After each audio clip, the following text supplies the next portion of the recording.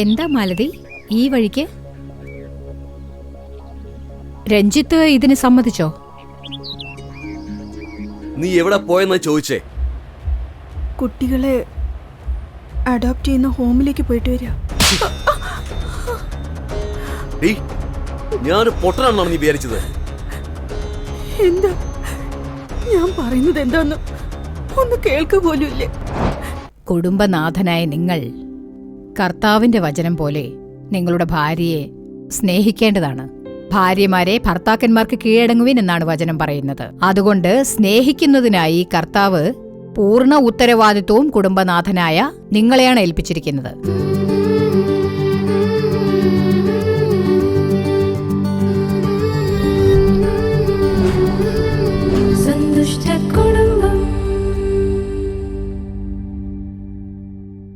ക്രിസ്തുവിൽ പ്രിയമുള്ള ദൈവമക്കളെ, യേശുക്രിസ്തുവിന്റെ മധുരമുള്ള നാമത്തിൽ നിങ്ങളെ എല്ലാവരെയും സ്വാഗതം ചെയ്യുന്നു. വീണ്ടും ഈ നല്ല വീട് എന്ന പരിപാടിയിലൂടെ നിങ്ങളെ കാണുന്നതിൽ ഞങ്ങൾക്ക് വളരെ സന്തോഷമുണ്ട്. ഓരോ ആഴ്ചയും ഈ പരിപാടിയിലൂടെ നിങ്ങൾ അനുഗ്രഹിക്കപ്പെടുന്നതോർത്ത് ഞങ്ങൾ ദൈവത്തെ സ്തുതിക്കുന്നു. ഇന്നത്തെ പരിപാടിയിൽ ഭർത്താക്കന്മാർ ഭാര്യമാരെ സ്നേഹിക്കണം എന്നുള്ളതിനെ ആസ്പദമാക്കിയാണ് നാം കാണാൻ പോകുന്നത്. അതേപോലെ തന്നെ ഭർത്താക്കന്മാർ ഭാര്യമാരെ തന്റെ സ്വന്തം ശരീരം പോലെ സ്നേഹിക്കേണ്ടതാണെന്നും പറയുന്നു.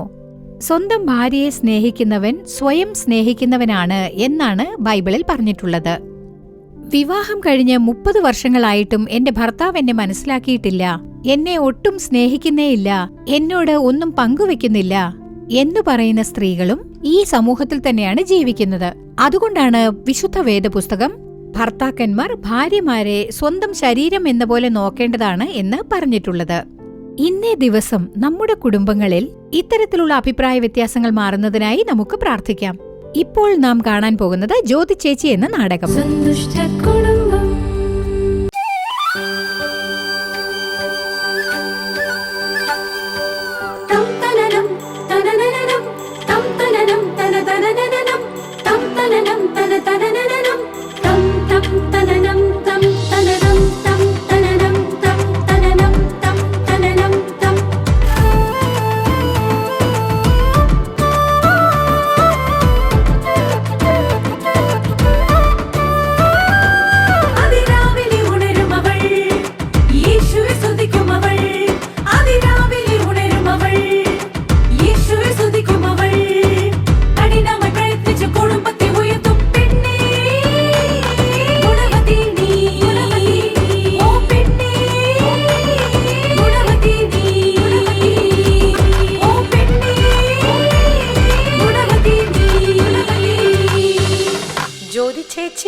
സങ്കീർത്തനങ്ങൾ 40:1 എന്താണ് പറയുന്നതെന്നറിയാമോ?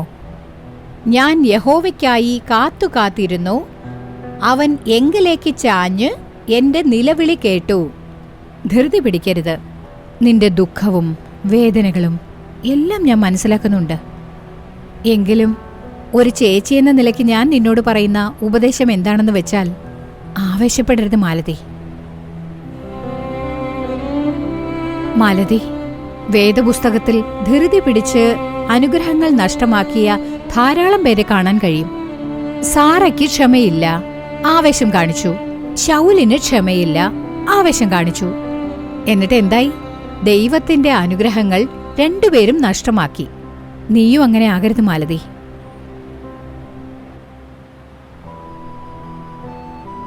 നിങ്ങൾ രണ്ടുപേരും നന്നായി ആലോചിച്ചൊരു തീരുമാനം എടുക്കണം. കേട്ടല്ലോ? ഞാൻ ഇറങ്ങട്ടെ. വരട്ടെ രഞ്ജിത്ത്.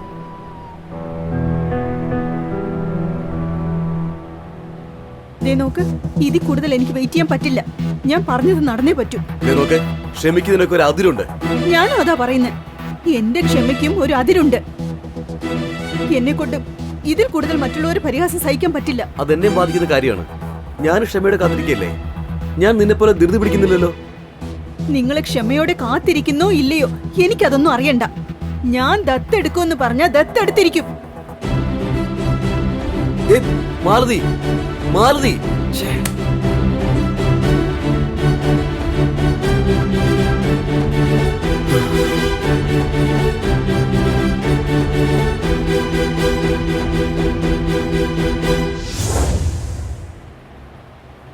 അങ്ങനെയാണോ? ശരി, ഓക്കെ.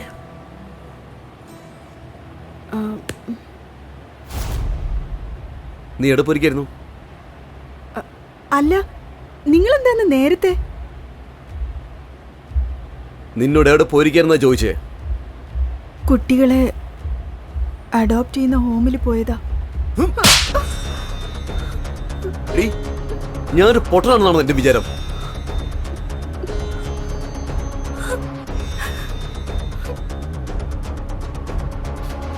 എന്താ ഞാൻ പറയുന്നതൊന്ന് കൊന്നുകളെ ഞാൻ. എന്റെ വാക്കിന് വിലയില്ലെങ്കിൽ നീ എന്നോട് ഇനി സംസാരിക്കേ വേണ്ട. ഞാൻ എന്താ പറഞ്ഞു തരുന്നെന്ന് ഒന്ന് കേൾക്കു പോലും ഇല്ലേ? ഏട്ടാ,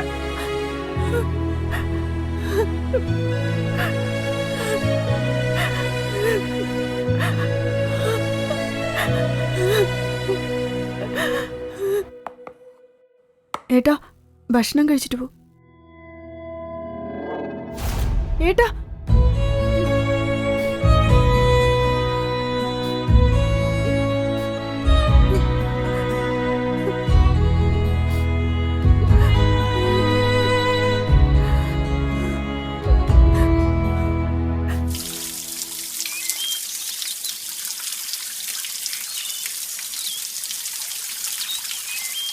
ഏട്ടാ, ഏട്ടാ, കോഫി. എന്താ ഏട്ടാ?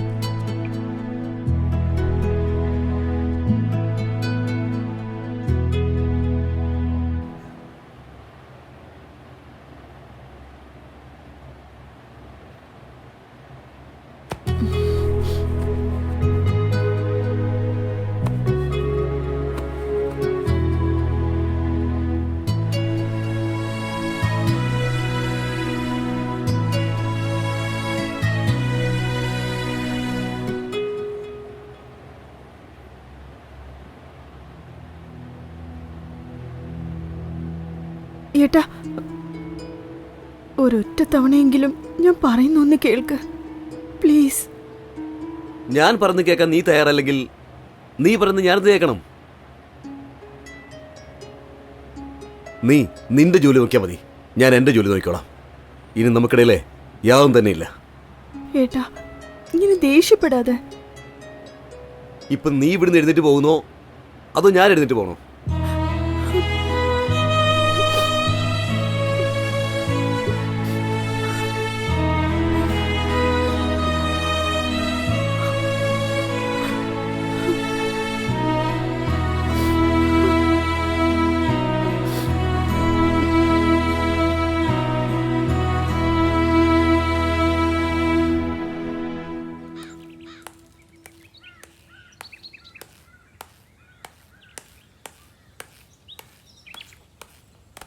രഞ്ജിത്ത്, രഞ്ജിത്ത്, ഒന്ന് നിന്നേ. എന്താ രഞ്ജിത്ത്, നിങ്ങൾ ഇങ്ങനെ പെരുമാറിയാൽ എങ്ങനെയാ? ചേച്ചി, ഞാനിപ്പോൾ അവളോട് നല്ല ദേഷ്യത്തിലാ. അവൾക്കൊണ്ടിയാണെങ്കിൽ ചേച്ചി എന്നോടൊന്ന് സംസാരിക്കണ്ട. അതല്ല രഞ്ജിത്ത്, ദേഷ്യം നിങ്ങളെ അന്ധനാക്കിയിരിക്കുക. നിങ്ങളുടെ ഭാര്യയോട് ധൃതി പിടിക്കരുതെന്ന് പറഞ്ഞ നിങ്ങൾ തന്നെ ഇപ്പൊ ധൃതി പിടിച്ച് എടുത്തു ചാടിയില്ലേ?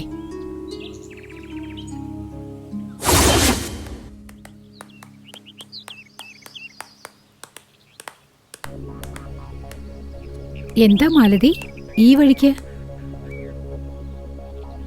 രഞ്ജിത്ത് ഇതിന് സമ്മതിച്ചോ? നിന്റെ ഹസ്ബൻഡിന്റെ സമ്മതമില്ലാതെ നീ ഒന്നും ചെയ്യരുത് മാലതി.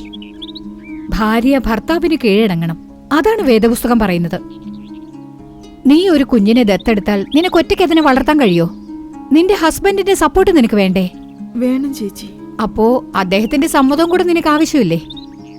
നീ ക്ഷമയോടെ ഇരിക്കെ, തീർച്ചയായും കർത്താവ് നിനക്കൊരു കുഞ്ഞിനെ തരും. ശരി ചേച്ചി, ഞാൻ വീട്ടിൽ പോയി ഏട്ടനോട് പറയട്ടെ. നമുക്ക് കാത്തിരിക്കാന്ന്. ശരി, നീ ചെല്ല്.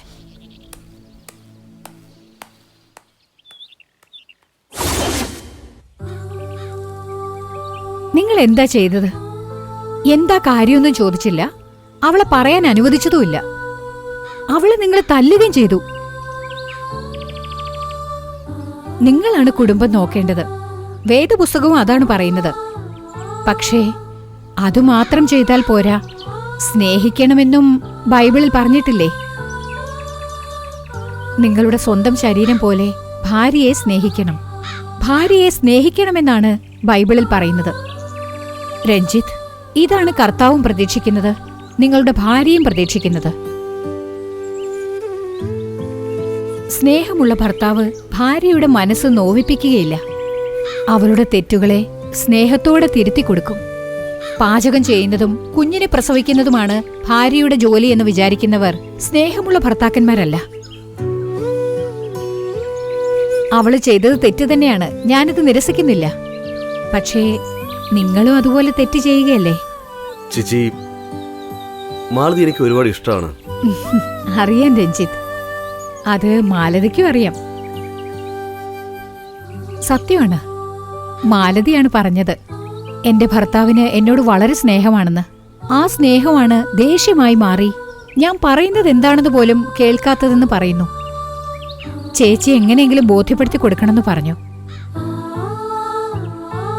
സ്വന്തം ഭാര്യയെ തല്ലുന്നതിലല്ല, അവളെ സ്നേഹിക്കുന്നതിലാണ് യഥാർത്ഥ സന്തോഷമുള്ളത്. നിങ്ങൾ പോയി ഭാര്യയ്ക്ക് ഇഷ്ടപ്പെട്ടത് വാങ്ങിച്ചോണ്ട് പോയി ക്ഷമ ചോദിക്ക. അതിൽ തെറ്റില്ല രഞ്ജിത്ത്. ശരി, പോവും ചേച്ചി. ഞാൻ ഇപ്പൊ തന്നെ വീട്ടിൽ പോകാം.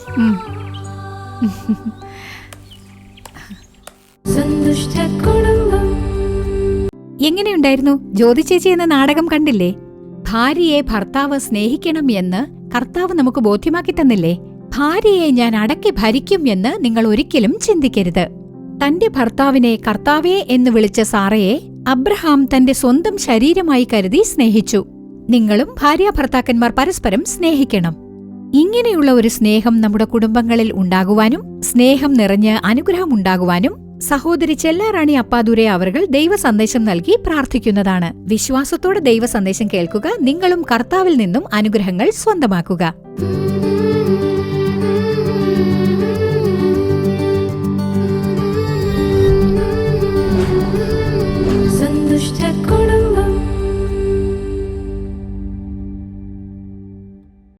കർത്താവിന്റെ നാമം മഹത്വപ്പെടട്ടെ. നല്ല വീടെന്ന ഈ പരിപാടിയിലൂടെ നിങ്ങളെ കണ്ടുമുട്ടുന്നതിൽ വളരെ സന്തോഷമുണ്ട്. അതുമാത്രമല്ല, നിങ്ങളോടൊപ്പം ചേർന്ന് കർത്താവിന്റെ വചനം ധ്യാനിക്കാനും ഒന്നിച്ചു പ്രാർത്ഥിക്കാനുമുള്ള കരുണയും കൃപയും കർത്താവ് നൽകിയതുകൊണ്ട് ഹൃദയത്തിന്റെ ആഴത്തിൽ നിന്ന് കർത്താവിനെ സ്തുതിക്കുന്നു, സ്തോത്രം പറയുന്നു. പ്രിയമുള്ളവരെ, ഈ ജ്യോതി ചേച്ചി എന്ന നാടകം നമ്മളെല്ലാവരും കണ്ടു.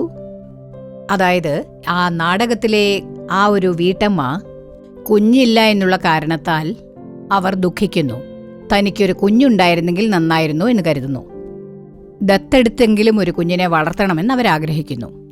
പക്ഷേ ജ്യോതി ചേച്ചി അവരെ കണ്ട്, നിങ്ങൾ ചെയ്യുന്ന ഈ കാര്യം, അതായത് കുഞ്ഞിനെ ദത്തെടുക്കുന്നത് ഭർത്താവിന് അറിയാമോ എന്ന് ചോദിക്കുന്നു. ആ സഹോദരി ഭർത്താവിനോട് പറയാത്തത് തെറ്റാണെന്ന് മനസ്സിലാക്കുന്നു.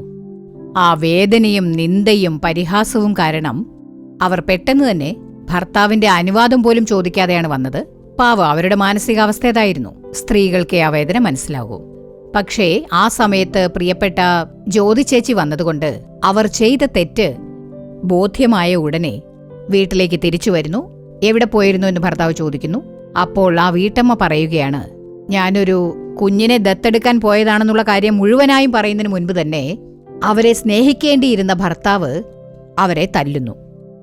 ഒന്നു മനസ്സിലാക്കണം, നിങ്ങൾ തല്ലിയേക്കാം, പക്ഷെ ആ മുറിവ്, അവരുടെ മനസ്സിലുണ്ടായ മുറിവ് ഉണക്കാൻ സാധിക്കില്ല. എത്രയോ ഉണ്ടാവും. അത് കഴിഞ്ഞ് നിങ്ങൾ എന്തുമാത്രം സ്നേഹിച്ചാലും എന്തായാലും അന്നെന്നെ തല്ലിയതല്ലേ എന്നുള്ള ആ ഒരു ചിന്തയും വേദനയും അവരുടെ ഉള്ളിലുണ്ടായിരിക്കും. പ്രിയപ്പെട്ടവരെ, കർത്താവിന്റെ വചനം പറയുന്നു എഫേസ്യർ 5:25, ഭർത്താക്കന്മാരെ നിങ്ങളുടെ ഭാര്യമാരെ സ്നേഹിപ്പിനെന്ന്. സ്ത്രീകൾ വളരെ ബലഹീനരാണ്. കുറവുകളുണ്ടാവും, ബലഹീനതകളുണ്ടാകും, ചില തെറ്റുകളും ഉണ്ടായിരിക്കും. പക്ഷേ കുടുംബനാഥന്റെ മനസ്സിലുണ്ടായിരിക്കണം, ഇതെനിക്ക് യഹോവ തന്ന ഭാര്യയാണ് എന്നുള്ള ഒരു ചിന്ത അവരുടെ മനസ്സിലുണ്ടാകുമ്പോൾ അവരോട് തട്ടിക്കയറാതെ അവരെ സ്നേഹിക്കാൻ നിങ്ങൾക്ക് കഴിയും. കാരണം സ്ത്രീകൾ ബലഹീനതയുള്ളവരാണെന്ന് പറഞ്ഞ് എന്തു പറഞ്ഞാലും, എന്തെങ്കിലും വിവരദോഷം കാരണം, ഒരു ദുഃഖം കാരണം ചില കാര്യങ്ങൾ അവർ ചെയ്തേക്കാം. പക്ഷേ കുടുംബനാഥനായ നിങ്ങൾ കർത്താവിന്റെ വചനമനുസരിച്ച് നിങ്ങളുടെ ഭാര്യയെ സ്നേഹിക്കണം. ഭാര്യമാരെ നിങ്ങളുടെ ഭർത്താക്കന്മാർക്ക് കീഴടങ്ങുവേൻ എന്നാണ് വചനം പറയുന്നത്. അപ്പോൾ സ്നേഹിക്കുക എന്നുള്ള പൂർണ്ണ ഉത്തരവാദിത്വം കുടുംബനാഥനായ നിങ്ങൾക്കാണുള്ളത്. അതിനാൽ ഈ പരിപാടി കാണുന്ന എന്റെ പ്രിയപ്പെട്ട സഹോദരന്മാർ ഇത് മനസ്സിലാക്കേണ്ടതാണ്. കുടുംബനാഥനായ നിങ്ങളെ കർത്താവ് വിശ്വസിച്ചാണ് ഈ വചനം പറഞ്ഞിരിക്കുന്നത്. നിങ്ങളുടെ ഭാര്യയെ സ്നേഹിക്കുവിൻ. അതുമാത്രമല്ല, നിങ്ങൾ ജോലിക്ക് പോകുന്നവരായിരിക്കാം, നിങ്ങളുടെ ഭാര്യ ഹൗസ് വൈഫ്, അതായത് വീട്ടമ്മയായിരിക്കാം. നിങ്ങൾ ജോലിക്ക് പോയിട്ട് വരുമ്പോൾ അവരുടെ ഉള്ളിൽ എന്തായിരിക്കുമെന്നോ ചിന്ത, എപ്പോഴാണാവോ ഭർത്താവ് വരിക, വന്ന ഉടനെ സന്തോഷത്തോടുകൂടി എവിടെയെങ്കിലും പുറത്തു പോകണം എന്നുള്ള ഒരാഗ്രഹം അവരുടെ മനസ്സിലുണ്ടായിരിക്കും. നിങ്ങളും എന്തു ചെയ്യും? ജോലിയൊക്കെ കഴിഞ്ഞ് നിങ്ങൾക്കും വിശ്രമിക്കണമെന്ന് തോന്നുന്നുണ്ടാവും. എങ്കിലും കർത്താവ് നിങ്ങൾക്ക് വലിയൊരു ഉത്തരവാദിത്വം തന്നിട്ടുണ്ട്. നിങ്ങളുടെ ഭാര്യയെ എപ്പോഴും നിങ്ങൾ സ്നേഹിക്കേണ്ടതാണ്. അവരെങ്ങനെയാണെന്നോ, സ്നേഹം കിട്ടുന്നതിനായി അവർ ദാഹിച്ചുകൊണ്ടിരിക്കുകയായിരിക്കും. വീട്ടിനുള്ളിലെ 4 ചുമരുകൾക്കുള്ളിൽ അവർ അടഞ്ഞു കിടക്കുകയായിരിക്കും. എപ്പോഴാണ് ഭർത്താവ് ജോലി കഴിഞ്ഞ് വരിക, കുറെ സംസാരിക്കണം, കൂടെ പുറത്തു പോകണമെന്നൊക്കെ. കുടുംബനാഥനായ നിങ്ങൾ വീട്ടിൽ തന്നെ ഹൗസ് വൈഫ് ആയിരിക്കുന്ന അവരോട് നിങ്ങൾക്ക് എത്ര തന്നെ ജോലി തിരക്കുണ്ടെങ്കിലും അത് ജോലി സ്ഥലത്ത് തന്നെ ഉപേക്ഷിച്ച് വീട്ടിലേക്ക് തിരിച്ചു വരുമ്പോൾ യഹോവ തന്ന ഭാര്യയോട് കർത്താവിന്റെ വചനമനുസരിച്ച് സ്നേഹം കാണിക്കണം. ഇന്ന് രാവിലെ മുതൽ നീ എന്തൊക്കെ ജോലിയാണ് ചെയ്തത്, ആരാണ് വന്നത് പോയത്, എന്തൊക്കെ ചെയ്തു, ഇതിനെക്കുറിച്ചൊക്കെ സ്നേഹത്തോട് നിങ്ങൾ ചോദിക്കുമ്പോൾ അവർ രാവിലെ മുതൽ ഒറ്റയ്ക്കായിരുന്നു എന്നുള്ള ആ ചിന്ത തന്നെ മാറും. ആ സ്നേഹമുള്ള വാക്കുകളില്ലേ, അത് നിങ്ങളുടെ ഭാര്യയ്ക്കൊരു ശക്തി നൽകും, ഒരു ഉത്സാഹം നൽകും, അവർക്കൊരു സന്തോഷം നൽകും. അങ്ങനെ നിങ്ങളുടെ കുടുംബജീവിതം സന്തോഷകരമായിരിക്കും. നിങ്ങളുടെ മക്കൾക്കും നിങ്ങളൊരു മാതൃകയായിരിക്കും. അപ്പോൾ നിങ്ങളുടെ കുടുംബം ഒരു സന്തോഷകരമായ കുടുംബമായി തീരും. അതുമാത്രമല്ല, ഒരു വീട്ടമ്മ ജോലിക്ക് പോകുന്നവരായിരിക്കാം. അവരും രാവിലെ എഴുന്നേറ്റ് വീട്ടുജോലികളൊക്കെ തീർത്തിട്ട് വേണം ജോലിക്ക് പോകാൻ. എല്ലാ ജോലികളിലും നിങ്ങളും പങ്കെടുക്കുക. അവർക്ക് രാവിലെ അടുക്കളയിൽ കഴിയുന്ന സഹായം ചെയ്യുക. കാരണം അതവർക്ക് സഹായമായിരിക്കും. അതുപോലെ തന്നെ മക്കളെ സ്കൂളിലേക്ക് അയക്കുമ്പോൾ അവളാണ് അതൊക്കെ ചെയ്യേണ്ടത്, ഞാൻ രാവിലെ എഴുന്നേറ്റ് കുളിച്ച് ഓഫീസിൽ പോകാനുള്ളതാണ്, അതൊക്കെ നല്ലത് തന്നെ. പക്ഷേ യഹോവ നിങ്ങൾക്ക് തന്ന ഭാര്യയാണ്. അതുകൊണ്ട് എല്ലാ കാര്യങ്ങളിലും സഹായിക്കുക. അങ്ങനെ നിങ്ങൾ ചെയ്യുമ്പോൾ അവർക്കും ഒരു സന്തോഷം അനുഭവപ്പെടും. അവർക്കും യാതൊരു ടെൻഷനുമില്ലാതെ ജോലിക്ക് പോയിട്ട് വരാൻ അത് സഹായമാകും. കാരണം അവരും വീട്ടുജോലികൾ ചെയ്യുന്നുണ്ട്, ഓഫീസിലും പോയി ജോലി ചെയ്യുന്നു, മടങ്ങി വന്ന് വീണ്ടും വീട്ടുജോലികൾ ചെയ്യണം. സ്വതവേ സ്ത്രീകൾ ബലഹീനരാണ്. അവരുടെ ശരീരം കൂടുതൽ ബലഹീനമാകും, അസ്വസ്ഥതയുണ്ടാവും, ടെൻഷനുണ്ടാവും. കാരണം രാവിലെ മുഴുവൻ വീട്ടുജോലി, അത് കഴിഞ്ഞ് പോയി ഓഫീസിൽ ജോലി, വീട്ടിൽ വന്ന് മക്കളോട് സ്നേഹത്തോടെ സംസാരിക്കാൻ പോലും പറ്റില്ല. കാരണം അത്രത്തോളം ക്ഷീണിച്ചിട്ടുണ്ടാവും.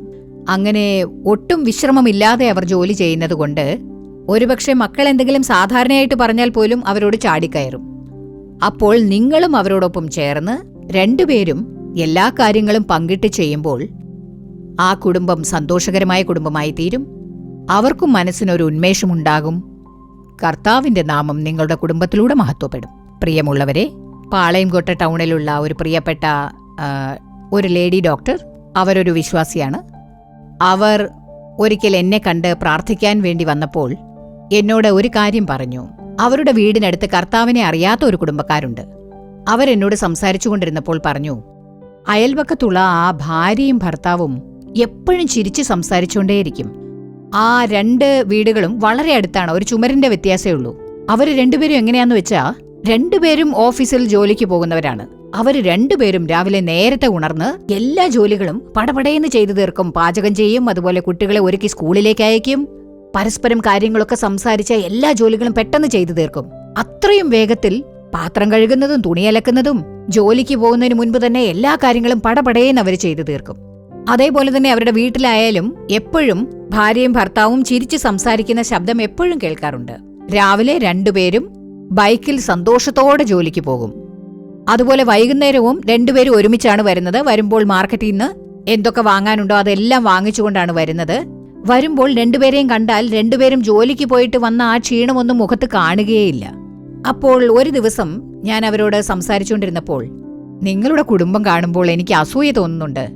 എപ്പോഴും നിങ്ങളുടെ വീട്ടിൽ നിങ്ങളും ഭർത്താവും സ്നേഹത്തോടെ കാണപ്പെടുന്നു എന്ന് പറഞ്ഞപ്പോൾ ആ സഹോദരി പറഞ്ഞെന്ന്, ഞങ്ങൾ പരസ്പരം വിട്ടുവീഴ്ച ചെയ്തു പോകും.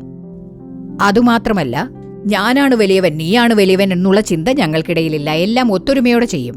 അതുപോലെ എന്ത് കാര്യമായാലും, കുടുംബത്തിന്റെ കാര്യമായാലും, വരവ് ചെലവായാലും, മക്കളുടെ കാര്യമായാലും, ഞങ്ങൾ രണ്ടുപേരും ഒരുമിച്ചിരുന്ന് ആലോചിച്ചിട്ടേ ഒരു തീരുമാനം എടുക്കാറ് പതിവുള്ളൂ.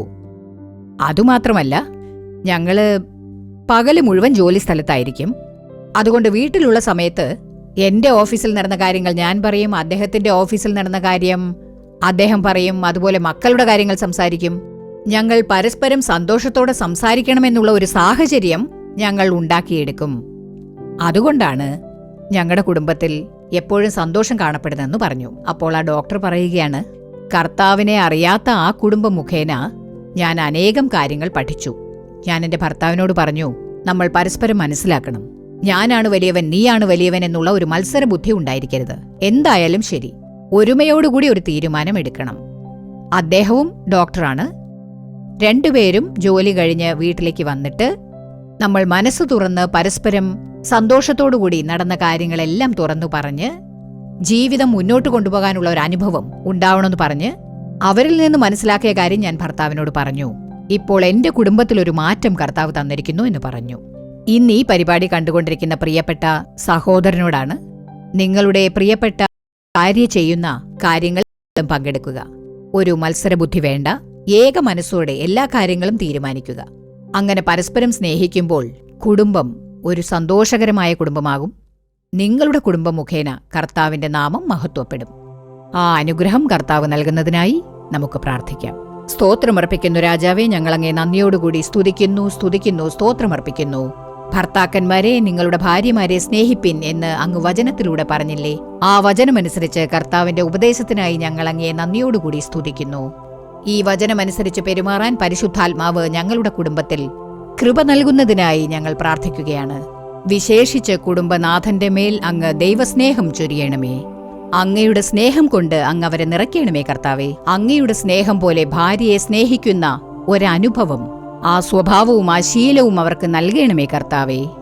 ഈ സമയത്ത് കർത്താവേ, ആരൊക്കെയാണോ സ്വയം സമർപ്പിച്ച് ഭാര്യമാരെ സ്നേഹിക്കുന്നില്ല, വിട്ടുവീഴ്ച ചെയ്യുന്നില്ല എന്ന് ബോധ്യപ്പെട്ട് പ്രാർത്ഥിക്കുന്നത്, അവരുടെ ഉത്തരവാദിത്വം കർത്താവ് ഏറ്റെടുക്കണമേ. അവരോട് ക്ഷമിച്ച് അങ്ങയുടെ സ്നേഹം കൊണ്ട് അവരെ നിറയ്ക്കണേ കർത്താവേ. ഇന്ന് ഈ പരിപാടിയിൽ പങ്കെടുത്ത് ഇപ്പോൾ പ്രാർത്ഥിക്കുന്ന ഓരോരുത്തരിലും ദൈവസമാധാനം കാണപ്പെടുമാറാകട്ടെ. ദൈവസ്നേഹം കൊണ്ടവരെ നിറയ്ക്കണമേ. അങ്ങയുടെ നാമം മഹത്വപ്പെടാനുള്ള കൃപ നൽകണമേ. ഈ കുടുംബങ്ങളെ മറ്റുള്ള കുടുംബങ്ങൾക്ക് സാക്ഷിയായി നിർത്തി അനുഗ്രഹിക്കുന്നതിനായി പ്രാർത്ഥിക്കുന്നു കർത്താവെ. ഈ സമയത്ത് പരിശുദ്ധാത്മാവ് ഓരോ കുടുംബങ്ങളെയും അനുഗ്രഹിച്ച് ദൈവസ്നേഹം കൊണ്ട് നിറയ്ക്കുന്നതിനായി നന്ദി. വിശേഷിച്ച് കുടുംബനാഥന്മാരെ കർത്താവെ, അങ്ങയുടെ ദൈവസ്നേഹം കൊണ്ട് നിറയ്ക്കുന്ന കൃപയ്ക്കായി നന്ദി. ഇന്ന് അങ്ങയുടെ ഉപദേശമനുസരിച്ച് പ്രാർത്ഥിച്ചതിനാൽ ഭാര്യമാരെ സ്നേഹിക്കുന്നതിനുള്ള മഹത്വമുള്ള ഒരനുഭവം കർത്താവ് നൽകി വഴി നയിക്കുന്ന കൃപയ്ക്കായി നന്ദി പറയുന്നു. അങ്ങയുടെ നാമം എന്നും മഹത്വപ്പെടട്ടെ. യേശുവിലൂടെ പ്രാർത്ഥന കേൾക്കണേ നല്ല പിതാവേ, ആമേൻ. പ്രിയമുള്ളവരെ, കർത്താവ് നൽകിയ ഉപദേശം കേട്ടല്ലോ. ഇന്നേ ദിവസം മുതൽ നിങ്ങളുടെ കുടുംബത്തിൽ കർത്താവ് അവന്റെ ദൈവസ്നേഹം കൊണ്ട് നിറച്ച് അനുഗ്രഹം ചൊരിയുന്നതാണ്. നിങ്ങൾ ഈ വചനം കേട്ട് കർത്താവിന് മുൻപാകെ സ്വയം സമർപ്പിച്ച് പ്രാർത്ഥിച്ചതിനാൽ കർത്താവ് നിങ്ങളുടെ കുടുംബത്തെ മറ്റുള്ള കുടുംബത്തിന് സാക്ഷിയായി നിർത്തും. പ്രത്യേകിച്ച് കുടുംബനാഥന്മാരെ ദൈവസ്നേഹം കൊണ്ട് നിറച്ചിട്ടുള്ളതിനാലും നിങ്ങൾ കർത്താവിന് മുൻപാകെ സ്വയം സമർപ്പിച്ച് പ്രാർത്ഥിച്ചതിനാലും കർത്താവ് ദൈവസ്നേഹം കൊണ്ട് നിങ്ങളെ പൂർണ്ണമായും നിറച്ച് ഭാര്യയെ സ്നേഹിക്കും വിധം കൃപ കർത്താവ് നൽകിയതിനാൽ കർത്താവിന് നന്ദി പറയുവിൻ. കർത്താവിന്റെ വചനമനുസരിച്ച് ജീവിക്കുവിൻ. കർത്താവിന്റെ നാമം എന്നും മഹത്വപ്പെടട്ടെ. ആമേൻ. പ്രിയമുള്ളവരെ, ഇന്നത്തെ പരിപാടി നിങ്ങൾക്ക് അനുഗ്രഹപ്രദമായിരുന്നിരിക്കും എന്ന് ഞങ്ങൾ വിശ്വസിക്കുന്നു. നിങ്ങൾക്ക് ലഭിച്ച അനുഗ്രഹത്തെക്കുറിച്ചും നന്മകളെക്കുറിച്ചും ഞങ്ങളെ അറിയിക്കാൻ മറക്കരുത്. നിങ്ങളുടെ പ്രാർത്ഥനാക്കുറിപ്പുകൾ എന്തുതന്നെയായാലും അത് കത്തുകളിലൂടെയോ ഇമെയിലിലൂടെയോ ഞങ്ങളെ അറിയിക്കുക. നിങ്ങൾക്ക് വേണ്ടി പ്രാർത്ഥിക്കുവാനും ഉപദേശങ്ങൾ നൽകാനും സഹോദരൻ മോഹൻ സി ലാസറസ് അവർകളും ദൈവ ശുശ്രൂഷകരും തയ്യാറായിരിക്കുന്നു. നാളെ ശനിയാഴ്ച സത്യം ടിവിയിലും ജീസസ് റെഡീംസ് സോഷ്യൽ മീഡിയ പ്ലാറ്റ്ഫോമിലും സംപ്രേഷണം ചെയ്യാനിരിക്കുന്ന വരുവിൻ പ്രാർത്ഥിക്കാം എന്ന പരിപാടി നിങ്ങൾ കാണുക. വീണ്ടും അടുത്തയാഴ്ച ഇതേ സമയം ഇതേ പരിപാടിയിലൂടെ കാണാം. അതുവരെ ദൈവകൃപ നിങ്ങളോടൊത്തുണ്ടാകുമാറാകട്ടെ. For further details and prayer support, contact Jesus Redeems Ministries, Nalamavadi, Thuthukudi District, 628-211. Our phone number 04639-353535. info@jesusredeems.org. Our website www.jesusredeems.com. God bless you.